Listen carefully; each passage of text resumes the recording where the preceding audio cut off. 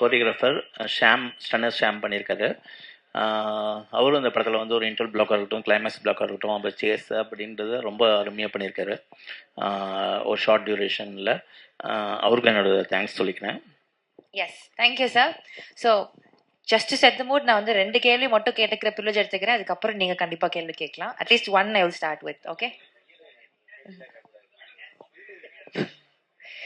இல்லையா? கேட்கலாம்ல? ஒரு கேள்வி கேட்டுக்கிறேன். ஓகே. ஸோ சார், ஈரம் படத்தில் வந்து இல்லை கேட்கலாம்ல? எஸ். ஸோ ஈரம் படத்தில் வந்து நிறைய ரிசர்ச் இருந்திருக்கும் நீங்கள் பண்ணுறப்ப, பிகாஸ் அது எங்களுக்கு ரொம்ப புதிய கதை. இன்ஃபேக்ட் உங்களுக்குமே ஒர்க் பண்ணுற புதுசாக இருந்திருக்கும். ஸோ சப்தம் அப்படின்னு ஒரு சவுண்ட் ஹாரரில் ஒர்க் பண்ணுறப்போ என்ன மாதிரியான ரிசர்ச் ஒர்க் இதுக்குள்ளே இருக்குது சார்? இது என்னோட ஹாரர் அப்படின்னு பார்க்கும்போது ஒரு ரியலிஸ்டம் பேஸ் தான் பண்ணுவேன். ரொம்ப வந்து நம்ப முடியாத சில விஷயங்கள் அங்கே பார்த்து நம்ப முடியாத சில விஷயங்கள் அப்படின்றது எடுத்துகிட்டு போகிறது கிடையாது. அது ஒரு ஹாரர் அப்படின்றது ஒரு ஃபேண்டசியாக இருந்தாலும், ஒரு பேய் படம் அப்படின்றது ஃபேண்டசியாக இருந்தாலும், ஒரு நம்பக்கூடிய சில விஷயங்களை வச்சு தான் ஒரு கதையை டிரைவ் பண்ணிட்டு எடுத்துகிட்டு போகணுன்னு நினைப்பேன். அப்படி எனக்கு யோசிக்கும் போது எல்லாருமே படங்கள் வந்து எனக்கு புக்ஸும் டாக்குமெண்ட்ரிஸ் அப்படின்றது தான் வந்து எனக்கு ரொம்ப வந்து அதிகமாக யூஸ் ஆச்சுன்னு நான் சொல்வேன். அது உண்மைக்கு அருங்காமையில இருந்து எடுத்துகிட்டு போகிற ஒரு விஷயத்த. ஸோ அப்படி தான் இந்த படத்தில் வந்து நான் ரிசர்ச் பண்ணேன் அப்படின்றத நான் சொல்லுவேன். ஸோ இதுக்கு பின்னாடி ஒரு உண்மை சம்பவம் இருக்கா? இல்லை, உண்மையில பல விஷயங்கள் சேர்ந்த ஃபேக்ட்ஸ் இருக்குல்ல, உண்மை எலிமெண்ட்ஸ் இருக்குல்ல, உண்மை எலிமெண்ட்ஸ் எல்லாம் சேர்த்து ஒரு கதையாக பண்ணது தான் இது ஒரு பாயிண்ட்ல. Thank you sir. சார் அறிவுடன் சார், பேய் பிசாசுனாலே நீங்க பொதுவா நிசப்தமான ஏரியாவில் தான் அதிகம் சுழண்டடிக்கும். நீங்க சத்தம் பேர் வச்சிருக்கீங்களே, தமன் இருக்கிறதுனால வச்சிட்டீங்களோ? இல்லை இல்லை, தமன் அப்படின்றது ஒரு மியூசிக்கான விஷயம். சப்தம் அப்படின்போது ஏன்னா ஒரு இடி இடிக்குதுன்னு வைங்க, நமக்கு ஒரு பயம் வருது இல்லை. திடீர்னு வந்து யாராவது நீங்கள் தனி ரூமில் இருக்கும்போது நம்மளுக்கு ஒரு கதை படான்னு எதுவுமே இல்லாமல் ஒரு சாத்தும் போது ஒரு சின்ன ஒரு பயம் இருக்குல்ல, அந்த ஒரு பயம்தான் இந்த படத்தில் வந்து ஒரு சத்தத்தை வச்சு நான் பண்ணியிருக்கேன் ஒரு பாயிண்ட்ல. ஹீரோ சார், ஆதி சார், சார் நீங்கள் ஒரு அழகான ஹீரோயின் வந்து நிக்கி கல்யாணி கல்யாணம் பண்ணீங்க. கல்ராணி சார், நிக்கி கல்ராணி. ஓகே, இந்த படத்தோட பேக்ரவுண்ட்ல எங்கேயுமே ஹீரோயின் இல்லை. நீங்க பேசும்போதும் சரி, டைரக்டர் பேசும்போதும் ஹீரோயின் படத்துல 3 பேர் இருக்காங்கன்னு நினைக்கிறேன். யாரை பத்தியும் பேசல. ஏன், என்னாச்சு? ஹீரோயின் உங்களுக்கு ஹீரோயின் யாரோ புறக்கணிக்காங்களா? இது அதுக்கான படம் கிடையாது சார். ஹீரோக்கே ரெக்கையை போட்டாங்க பாருங்க. இது அந்த ஹீரோ ஹீரோயின் அப்படிப்பட்ட படமா இருந்தா கண்டிப்பா பண்ணிருப்பாரு. இந்த கான்செப்டை கன்வே பண்ணணும்னு ஒரு போஸ்டர் டிசைன் சார். அடுத்த படத்துல கண்டிப்பா ஹீரோயினோட. மெயினாக என்னன்னா, இப்போ வந்து ஃபார் எக்ஸாம்பிள் சிம்ரன் லைலா அப்படின்றது வந்து ஒரு அப்போ வந்து எவ்வளோ பெரிய முன்னணி நடிகைகள் இன்னைக்கு வரைக்கும் ஒரு மதிப்பு மரியாதை அவங்கள்ட்ட இருக்குது அப்படின்றது உங்களுக்கு நல்லாவே தெரியும் ஒரு பாயிண்ட்ல. ஸோ இந்த கதைக்குள்ளே வர்றாங்க அப்படின்னா அவ்வளோ சீக்கிரம் ஈஸியாக வந்துட மாட்டாங்க ஒரு பாயிண்ட்ல. அதாவது இந்த கதைகள் வந்து ஓகே பண்ணி வர்றது அப்படின்றது.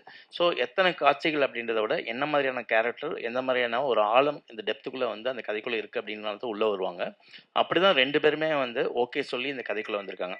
ஸோ ஃபஸ்ட்டு முதல் முறையாக வந்து சிம்ரன் அவங்களும் சரி, லைலா அவங்களும் சரி, முதல் முறையாக வந்து ஒரு ஃபஸ்ட்டு கான்டாக்டே வந்து இந்த கதை படத்து மூலம் தான்.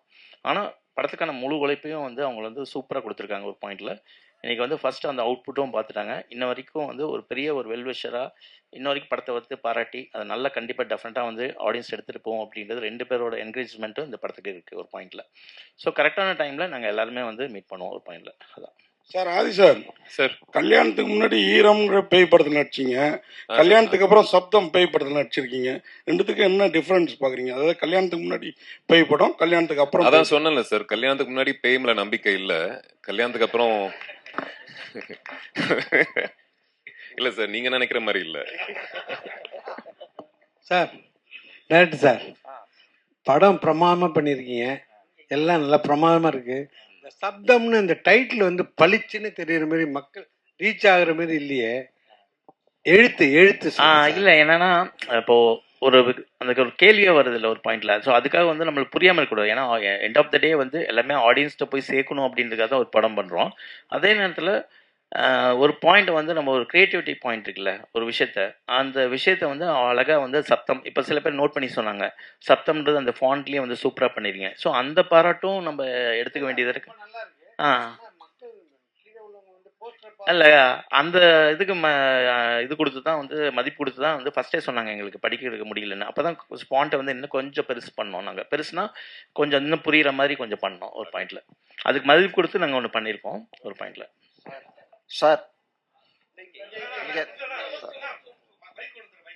சார், படத்தில் வவ்வாலுக்கு என்ன பங்கு இருக்கு? படத்தில் வௌவால் கண்டிப்பாக ஒரு பங்கு இருக்குங்க ஒரு பாயிண்டில். அதாவது ஒரு சத்தம் அப்படின்ற ஒரு பாயிண்ட்டுக்கும் வௌவாலுக்கும் பேய் படத்துக்கான ஒரு சின்ன ஒரு கனெக்டிங் பாயிண்ட் வந்து இந்த படத்தில் கொடுத்துருக்கோம் ஒரு பாயிண்டில். அது கண்டிப்பாக சும்மா ஒரு ஒரு படத்துக்காக வந்து சும்மா சம்மந்தம் இல்லாமல் யூஸ் பண்ணுறதில்ல. ஒரு பேய் படம்னா உடனே வௌவால் யூஸ் பண்ணியிருக்கோம் அப்படின்றது கிடையாது. ஒரு பேய் படம்னா வந்து வௌவால், இடி, மின்னல், அதுக்கப்புறம் எல்லாமே காமிப்போம். ஒரு பாழடைஞ்ச பங்களா அப்படின்றது. அதை அப்படிலாம் இல்லாமல் இந்த வௌவால் அப்படின்றது வந்து ஒரு பாயிண்ட்ல வந்து கரெக்டான ஒரு மீனிங்ஃபுல்லாக கொடுத்துருக்கோம் ஒரு பாயிண்ட்ல. சார் ஈரம்ன்ற படத்தில் வந்து ஒரு தண்ணியில் வச்சு பண்ணீங்க நீங்கள். இப்போ இதில் வந்து இந்த வௌவால் சம்மந்தப்பட்ட எல்லாத்தையும் வச்சு பண்ணுறீங்களா? அதனுடைய என்ன கதை சொல்லுங்களேன். கதை உங்களுக்கு டெய்லரில் கொஞ்சம் சொல்லியிருக்கோம். இப்போ நீங்கள் பேய் கதை இந்த கதையை வந்து செலக்ட் பண்ணி எடுக்க காரணம் செலக்ட் பண்ண காரணம் தான். எப்படின்னா வந்து எல்லா டேரக்டருக்கும் வந்து ஒரு சின்ன ஒரு அடையாளத்தை வச்சுட்டே போவோம். இப்போ ஈரம் வந்து தண்ணீரில் ஒரு பேய் அப்படின்னு சொல்லும்போது ஒரு பெரிய ஒரு வந்து ஒரு அப்ரிஷியேஷன், ஒரு பாராட்டு கொடுத்தீங்க, ஒரு இடம் கொடுத்தீங்க. ஸோ இப்போ அடுத்து ஒரு பேய் படம் கொடுக்கும்போது ஒரு சவுண்டு பேஸ் பண்ணி ஒரு சேலஞ்சிங்காக ஒரு படத்தை கொடுக்கணும் அப்படின்ற ஒரு பாயிண்ட் தான். கதை February 28 சார்.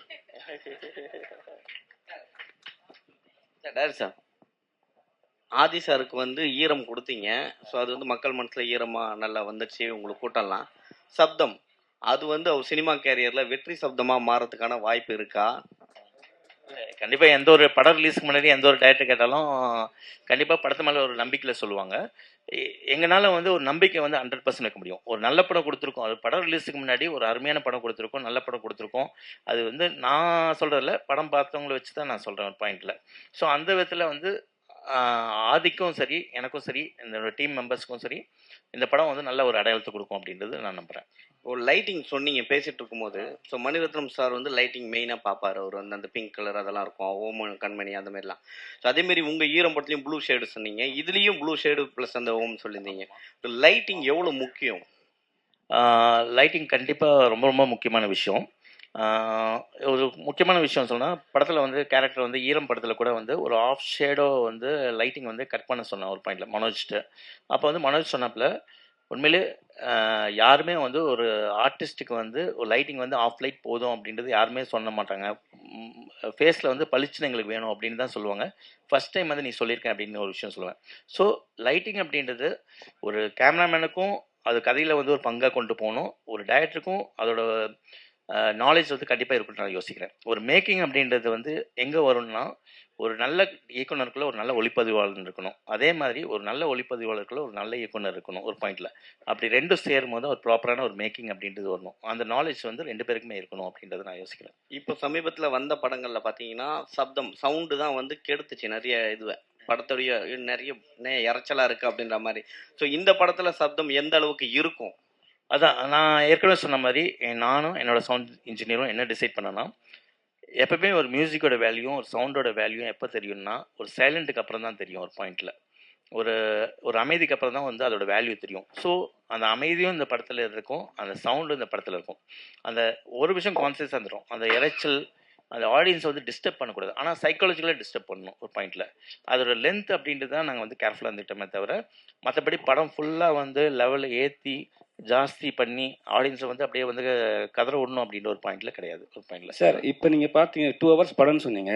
நாங்கள் ஒரு கிளிம்ஸ் பார்த்தோம். அதில் வந்து ஒரு 2 minutes சம்திங் 1 minute தான் இருக்கும். அதில் வந்து ஒரு பீப் போட்டிருந்தீங்க. அது எங்களால் இப்போ இந்த நேரத்தில் அந்த சவுண்ட் ரொம்ப டிஸ்டர்ப் பண்ணுச்சு. சரிங்களா? ஒரு பெரிய படத்தையே அந்த சவுண்ட் டிஸ்டர்ப் பண்ணால்தான் படமே ஓடலை. சரி, இந்த படம் வந்து மக்களை வந்து டிஸ்டர்ப் பண்ணாமல் பார்க்க வைக்குமா? டெஃபினட்டாக கண்டிப்பாக பார்க்குவோம். அதாவது நீங்கள் இன்னைக்கு வந்து பெஸ்ட் பீப்புள் ஒரு சவுண்டு எதிர்பார்த்து ஒரு சப்தம்ன்றது ஒரு சவுண்டை பேஸ் பண்ணி ஒரு படம் பண்ணியிருக்காங்க அப்படின்றதுக்காக நீங்கள் அங்கே வந்திருக்கீங்க ஒரு பாயிண்டில்.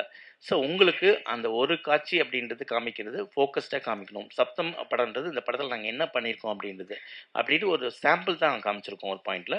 அந்த சாம்பிள் வந்து படத்தில் வந்து சில சாம்பிளாக தான் இருக்குமே தவிர வெவ்வேறு விதமாக தான் இருக்குமே தவிர மொத்த படமாகவே வந்து உங்களுக்கு வந்து இறைச்சல் அப்படின்ற ஒரு பாயிண்ட் வந்து இருக்கவே இருக்காது. கண்டிப்பாக டெஃபினட்டாக அது 100% நான் வந்து ஷூராக சொல்லிப்பேன் ஒரு பாயிண்டில்.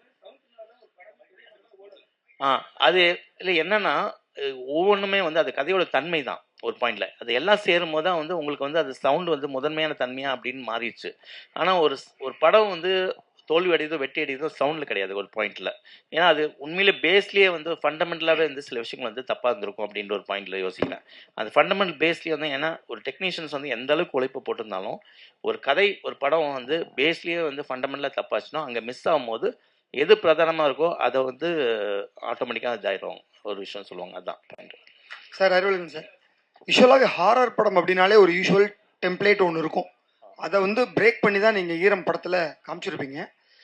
இதில் அது மாதிரி இருக்கும். அதை தாண்டி இதை ரிவெஞ்ச் வழக்கமான அந்த பழிவாங்கிற ரிவெஞ்சாகவே இருக்குமா இல்லை ஏதாவது? அதாவது ரிவெஞ்ச் அப்படின்றத சொல்கிறத விட ஒரு கோபம் அப்படின்னு ஒன்று இருக்கும்.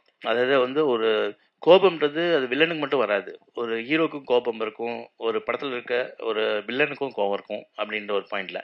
ஸோ கோபத்தை தான் பிரதானமாக எடுத்துக்கிட்டேன் தவிர இந்த பழிவாங்கல் கதை அப்படின்ற ஒரு பாயிண்டில் நான் எடுத்துகிட்டு போகல. மோரோவர் இந்த படம் சயின்டிஃபிக்கான படம், அவ்வளோதான் ஒரு பாயிண்ட். சார் ஆர்ஆர் ஃபிலிம்னாவே உங்களுக்கு வந்து ஆதி சார் ஞாபகம் வருமா? இல்லை அப்படி கிடையாது. ஒரு விஷயம் எங்களோட ட்ராவல் வந்து நிறைய ஆக்ஷன் படம் ஸ்கிரிப்டும் பேசியிருக்கோம், ஹாரர் படம் பேசியிருக்கோம். சரி இப்போ வந்து இந்த படத்தில் நான் பேய் இல்லை, பேரநார்மல் இன்வெஸ்டிகேட்டர்.